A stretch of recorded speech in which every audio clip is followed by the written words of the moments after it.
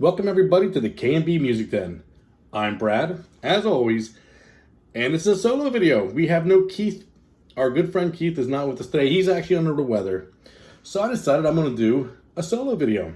And I posted earlier on our page about what's happening here. I bumped into a band called the Tragically Hip on Spotify by accident. And I loved what I heard. But I'm so unfamiliar with this band that I thought, I got to learn this band. So I jumped on a fan group page on Facebook, basically said, hey, where do you start? I mean, this is a big band. So I got a lot of great recommendations, a lot of great discussion about what I shouldn't listen to, how to listen to it.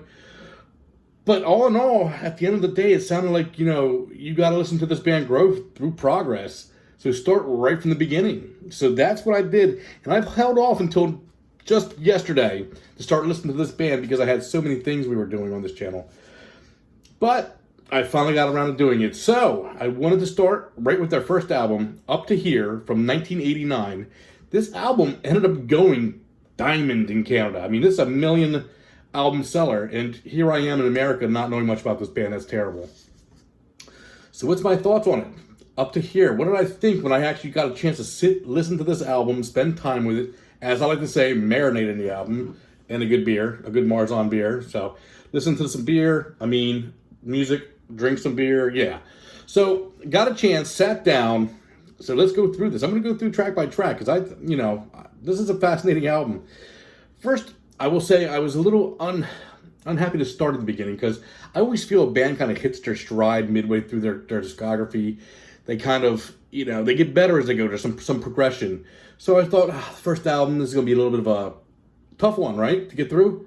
No. I mean, this album is a banger right from the beginning. So the first track, let's just go right to it, is Blow at High Do. Did I say right? Blow at High Do? You guys let me know that are more experienced with this. But the first thing I recognized right from the get-go, Gord Downie, my God. First off, what a lyricist. What a vocalist. There's so much I did not know about this man, but vocally. So I took a lot of this album, I actually put some notes down as far as lyrics that I just really loved. So this is how the album opens. This opens with, they shot a movie once in my hometown. Everybody was in it. For miles around. Out at the Speedway, some kind of Elvis thing.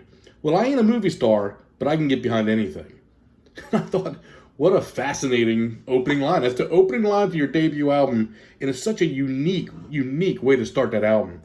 And then after that, the guitar just kicks in. And let me tell you, throughout this album, one thing I picked up on is this could play in a juke joint. I mean, if you were in a bar here in America and I threw a couple quarters in and played this album, this almost has an Exile on mainstream vibe where there's such great guitar-driven tracks, but they can dial it back to an acoustic song here or something where it's just, there's such great diversity in it. But when this band wants to rock, they can just rock. But so the guitars kick in at that point, and then track one, I would give a A to. That's a fantastic opening. Track two has one of the greatest song titles I've ever heard. I'll Believe in You, or I'll Be Leaving You. So I thought that was a real great way to kind of introduce an album. A track is by giving you such a great title. Her mother said, kill him slow at your leisure. But desperate times call for desperate measures. So she went to the closet and pulled down the old gun. I'll put a bullet through his heart if he ain't home by sundown. And then more great guitars and such animated vocals. Now I don't know, this is going to sound like an idiot thing on my end here, but Gord Downie, when I heard his vocals here, the first person you always think if I'm in a band, who would I want as my vocalist? And I'm telling you right now, Gord has moved up real high on my list. He might even be number one on my list at this point. And when I heard his vocals, what makes his vocals so great is they're so expressionate, they're so controlled but chaos. It's like a controlled chaos, his vocals. So well in pitch, but at the same time he can go up, down, move it around, and it's the feeling behind it is so fantastic. And for a minute I thought, man, it almost sounds like I don't know much about, what their big bands they followed, but Our Lady Peace, Rain Maida, he kind of had the same vibe with his vocals.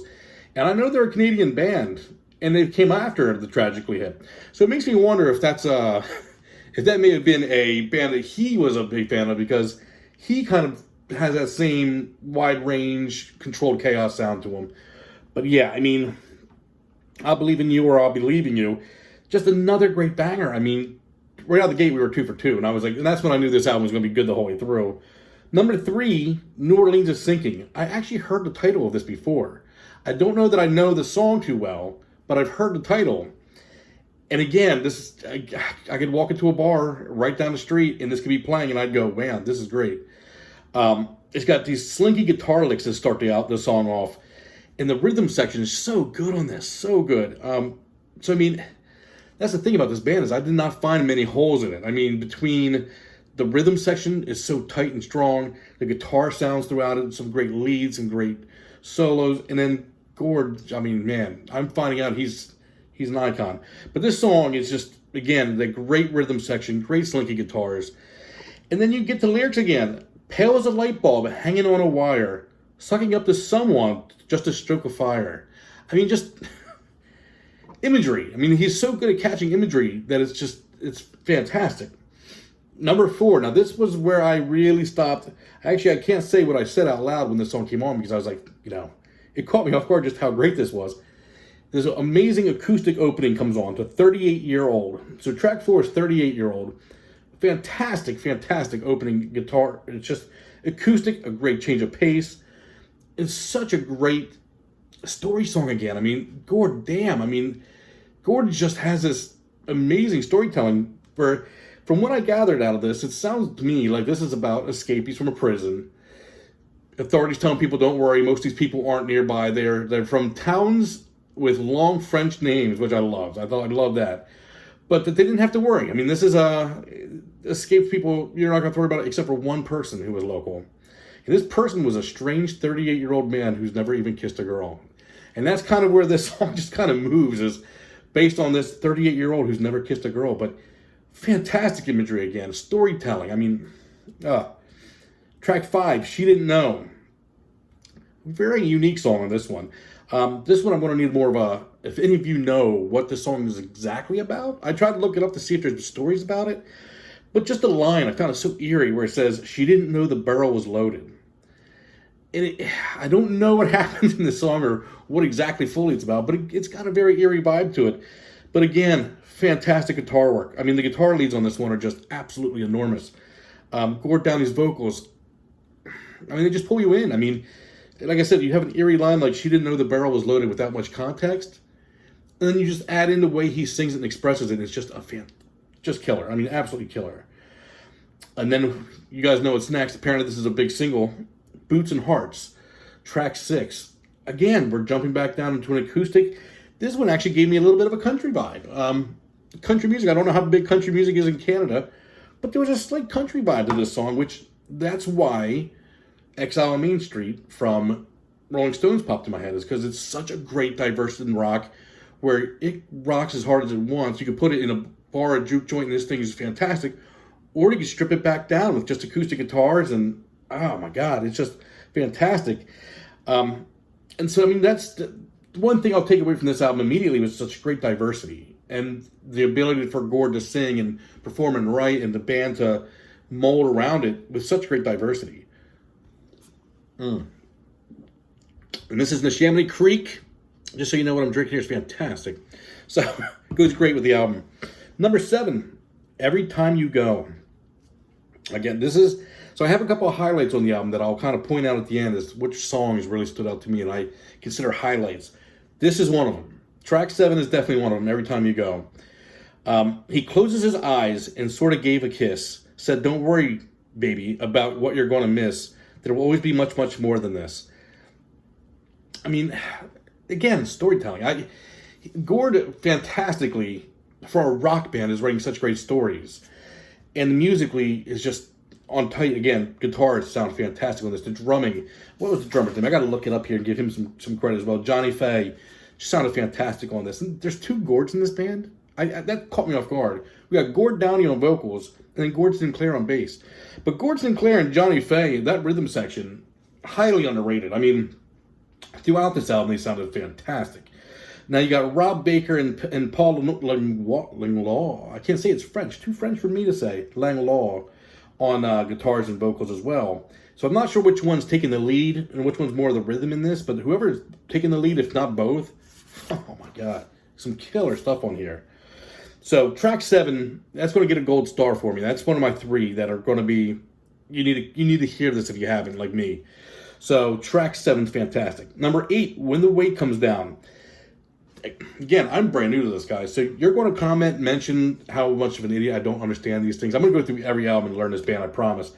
But the first thing I noticed off this album is if this was a stadium and there's a sing-along part, When the Weight Comes Down seems to have the most sing-song like crowd. I could hear this almost being anthemic in the stadium.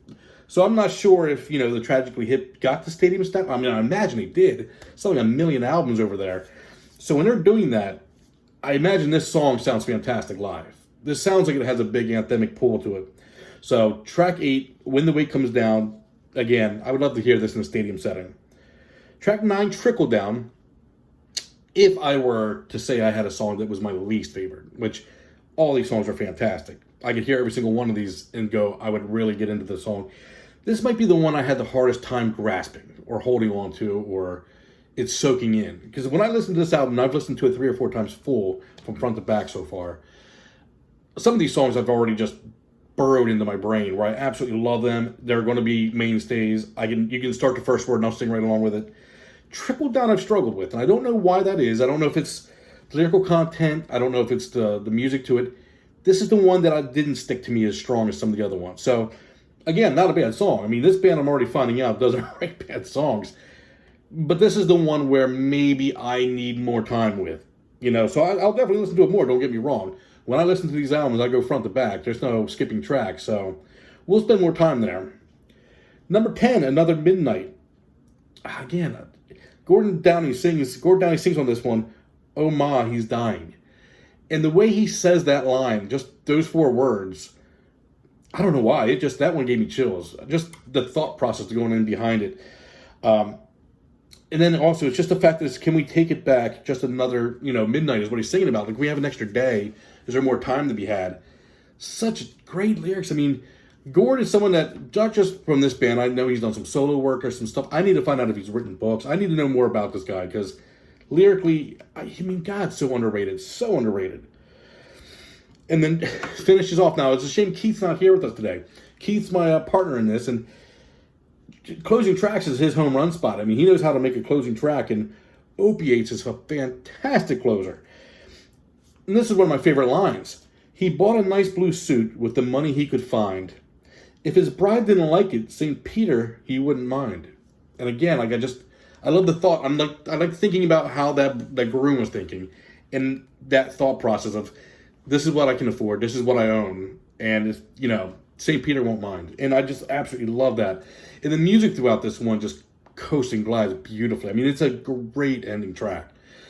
So, I mean, like I said, we went there through 11 songs on this one. And I told the guys at that Facebook fan page, I'm going to go through each and every album, because this is a band I should know. And after one album, I'm so impressed with this band. And I'm not sure what's going to happen as far as topping this album. Is this lower in the discography? Higher? I'm trying not to research a whole lot. So everything I'm doing and going into this is fresh. I mean, I want this to be as fresh as possible. And, oh, man, topping this album is going to be hard. But I assume they've had to have done it at some point.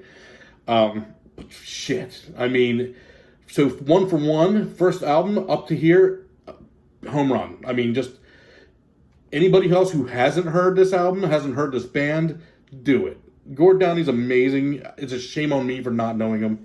And this band is blowing my mind. So thank you guys at the Tragically Hip fan group on Facebook for taking me in and showing me, where to look and how to do this.